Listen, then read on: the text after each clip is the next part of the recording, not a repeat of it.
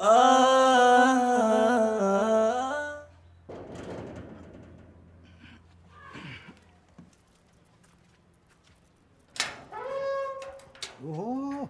karibu bosi.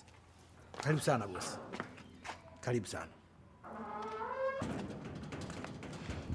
Asante.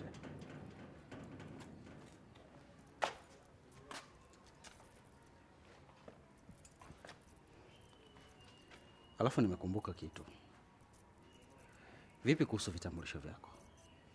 Nilisema uvilete, ushavileta? Hapana bosi. Nilikuwa busy sana na kazi.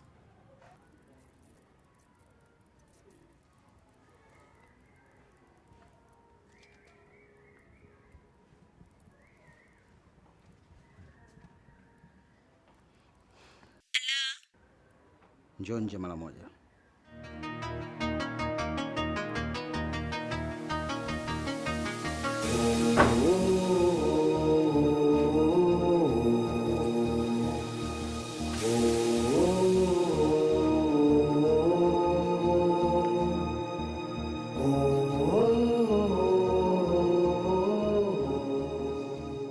Kuna nini? Ulipomleta huyu mtu nilikwambia aje na kitambulisho, especially cha NIDA, lakini pia nahitaji dokumenti zote. Vipi, umefikia wapi? Alisema atavileta wiki ijayo akipata mapumziko.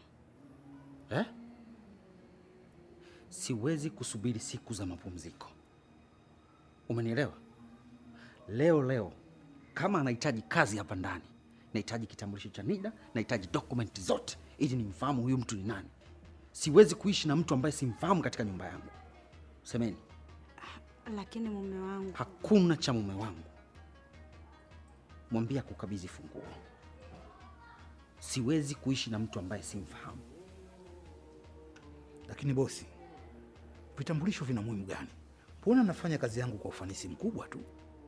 Unaweza ukafanya kazi, ukawa unajituma katika kazi, lakini hakuna kitu kibaya kufanya kazi na mtu ambaye humfahamu.